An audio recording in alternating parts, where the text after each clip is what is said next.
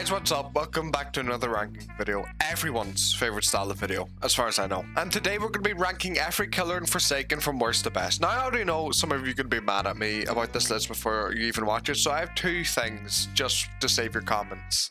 Though you still should comment because it helps the video. Also, like, subscribe. I'm going to ask early, since I usually forget because I don't really like asking that much. Anyways, I have two things to mention. First of all, there's not going to be an S tier in this list, I'm going to be honest. If a killer can win a 1v8 or a 1v7, I just don't think they deserve S tier. You rely on little teamwork and weak links to win 1v8s in this game, and because none of the killers can win without that, I don't think they really count. Also, I'm going to have a secondary tier list I show after every ranking, so I can show where I'd put them in terms of lower tier pub players, since this list is based on high tier pub players up to comp level. Anyways, without further ado, let's get into the video. In D tier and at our number 8 spot we have Slasher, and this one's not even close, to be honest. It's not like, oh, he's bad but he has a niche. No, everything he does, there's another killer that does that better. It's just hands down he's the worst killer in the game. He's weak to basically everything. His whole identity is just kind of winning if there's no teammates helping you and having piercing M1s. Any teamwork and he's completely done for. Of course, that's how it works in Forsaken. Every killer is hurt to some degree by it, but Slasher gets destroyed by it in a way no other killer really does. If you put, even though he's meant to do best with lower amounts of players, put him against Elliot, AZURE and GUEST, and they will loop this man for 5 minutes straight. There's nothing you can do. And you can swap the Sentinel for 2-time, for Jane Doe, for Shaletsky. It doesn't matter, the result's going to be the same. I'm not going to sit here and list every single reason each survivor beats him, because we'd be here forever. But I do want to give a less obvious one, which is N7. You can use Clone to sandbag, of course, and then you can use Clone T-caching wounds if he tries to gamble them. Literally every survivor, even his good-ish matchups, they'll fry him. So that's why Slasher is at our number 8 spot. Moving on. Coming in at C tier, we have our potential man, number 7, Noli. And here's something you'll notice when you look at these lists. A lot of the killers at the bottom are usually the one that lower tier pub players think are actually really good.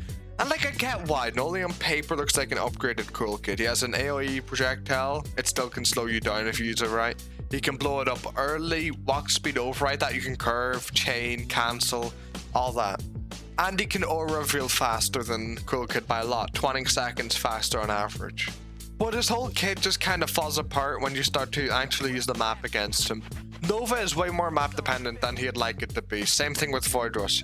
His M1 is super reactable for characters like Guest and 7, and it only does 25 damage, making it much less punishing than a killer like John Doe or a killer like 1X. Nova has a long windup allowing you to bait it, and Noli once again falls victim to being weak against every survivor in the game besides Chance and Noob. But end of the day, being good against Chance and Noob is really not that much of an achievement. So a lot of the time, Noli's just stuck preying on 50-50s again anywhere, and that's why he comes in at our number 7 spot. For our next C tier spot, we have coming in at number 6, we have AZURE. And I gotta be honest with you guys, I fell hard for this one. I thought this one was gonna be OP. Usually at the launch of a killer like Sixer and Nosferatu, I didn't think they were overpowered. I was like, okay, we're just overreacting. But I thought AZURE was really strong. I didn't think it was a case of we didn't find the counters. I thought AZURE was just a really good killer. I bought into it. But as more time has gone on, I realized that AZURE's really not that good of a killer. Survivors play carefully most of the time. As you see on the second list where survivors would be more reckless, he's actually really strong. But that's only real on the secondary list. But against people who know what they're doing and has any help from their team, he just kind of starts falling apart. You rely on Golem snowballing. That's just how it is. Stigmatizes are easy to be baited by teammates as long as you have one teammate that cares about you. You don't need 5, you don't need 3, you don't even need 2. You just need one teammate to bait the stigmatize ahead and you can go through. The rest of his pressure is just down to Seeker Bulbs chipping and slowly giving oblation and him getting M1s for oblation. Besides that, he's just kind of praying that he can somehow pull through, get Golem early enough to win. And usually when you get Golem, it's too little too late. Also, you have Strangle, but that move can be stunned by literally any Sentinel. And it's overall really buggy and easy to miss, and a lot of the time you don't have super great combos to pull off. Now, this is still the ranking I'd be least confident about on this list, but I still think AZURE should go in at number 6. For our first killer in B tier, we have number 5 John Doe, and I want to address something real quick because I keep seeing this in comments. People saying the map changes completely killed John Doe, and they just didn't. You can still play him. The changes, of course, don't help him. I made an entire video on a rework for him. Actually, I've made a lot of videos on him recently, and I have a feeling that's unfortunately not going to be able to change, just not quite yet. Anyways, the map changes. They don't hurt him, but they don't really help him at all. Now, for other colors helped in one way or other, but for John Doe, it's alright. More 1M1 check spots don't really help him, and in fact, he kind of got weaker in the AZURE update, because like, Elliot got a faster rush hour cooldown, is now an even harder counter to him. But no, most of his actual issues are pre-existing, like Footprints. 1N7 can tactically disable while you're doing stuff like spiking, and you're done for. You just lose your map control. So that's one ability countered. Half your entire kit is gone from that, just N7 or noob disabling at tactical times. Then you have Sentinels, Shadetsky, Jane Doe, even 2-time pressuring. All these Sentinels, they can stun you out of your spikes, and then you're just kind of stuck with that. And as long as there's only like 2 Sentinels, they can cycle stun you and there's nothing you can do. It's not like you can get extra speed boost off it.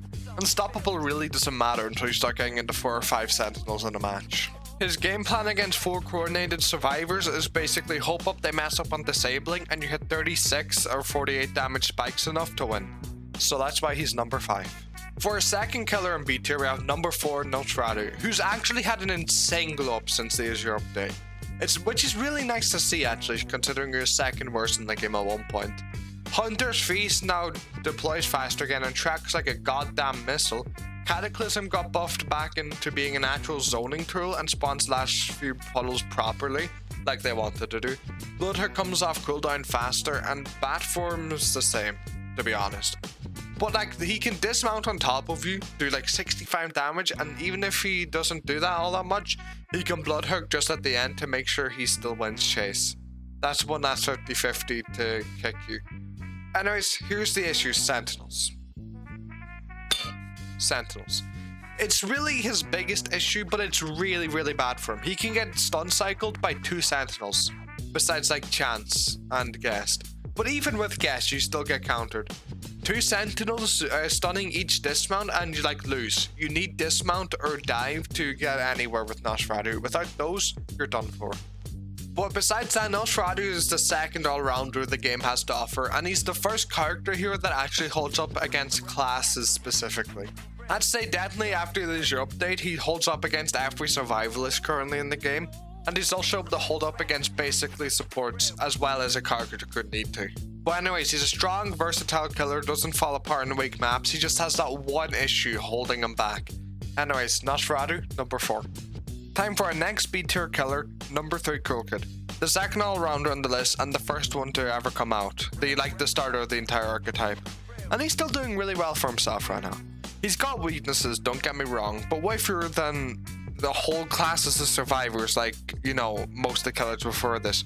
He's strong against most Sentinels, he's strong against Boulderman, Jane, Veronica, all that. His speed keeps him in chase as well, as long as they don't drag out too long. 41 damage from Corrupt Nature into M1 alone, which is a very easy combo to set up. And you can even usually get another M1 after that. Walk Speed Override, 48 damage, clean chase start, nothing to hate about that.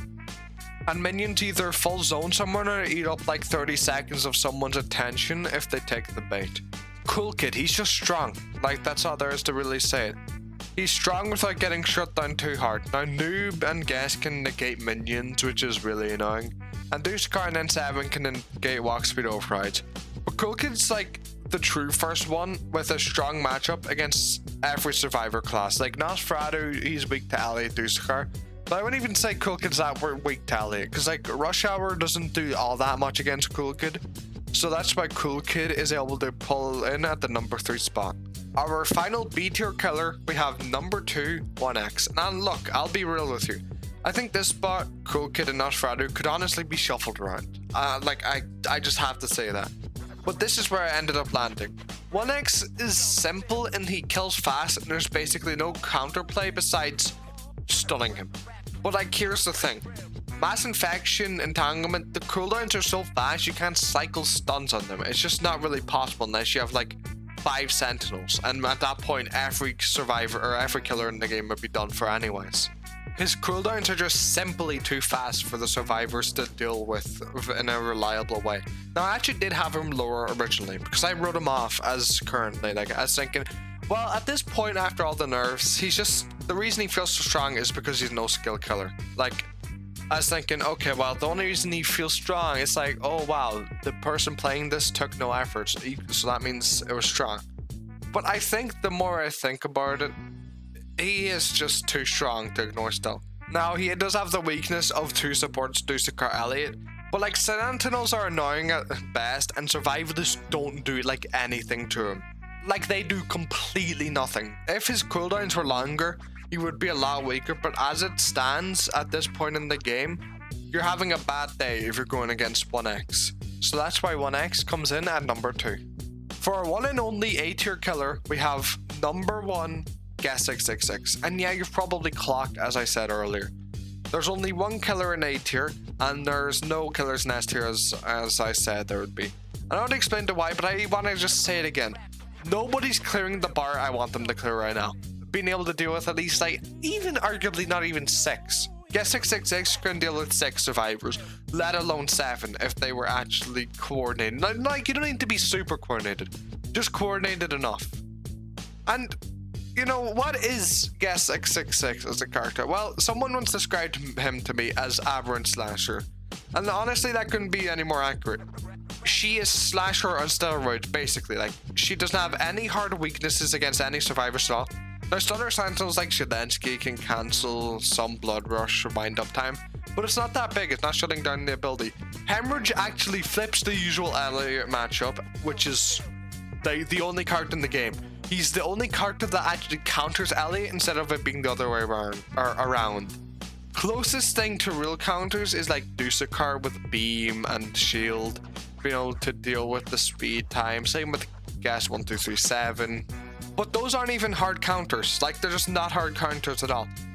And like, things that can do BS, like 2-time can do BS stabs, sure, but like, you can't counter Blood Rush, which is the thing Sentinels need to do.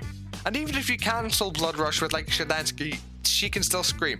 She gets up to speed 31, can outrun Bloxy Colid Noob. She can dash to close gaps, piercing M1 like Slasher. A rage mode Blood Hunt, which like completely destroys teams. Like, all her passives are busted too. Blood Orbs lowers the cooldown of your moves and charges your rage mode. As I mentioned, Hellforged, well, 25% shorter negative status effects like stuns, shorter. Negative status effects like slowness, shorter. And in Blood Hunt, that gets boosted to 50%. You only get stunned for half the time. That's usually like only a 1-second stun. Everything in his kit just kind of stacks in his favor. The only reason she is not an S tier is because the game is again just too survivor sided. That beating a coordinated lobby that works together of 7 is still just not happening in the current state of things. And I doubt that will happen for a long time, if even ever. Anyways, that's Sixer, the champion of this tier list. Alright, so that's the tier list done. I finally made a killer tier list. I finally fell victim to this thing everybody has to do at some point in their life. Again, nobody in this game is going to be able to beat a full coordinated team. Like 7 players. I don't think it'll ever happen, because if it does, public servers are fucking fried, bro. They're fried, bro. I'm not even going to lie. I already know people are going to be mad about my placements, so I hope the additional tier list of, oh, this is what I think lower level players would be, hopefully makes that better, but I still hope people comment. Comments help the video out, as I said earlier at the opening of the video. Anyways, that's about it. See ya.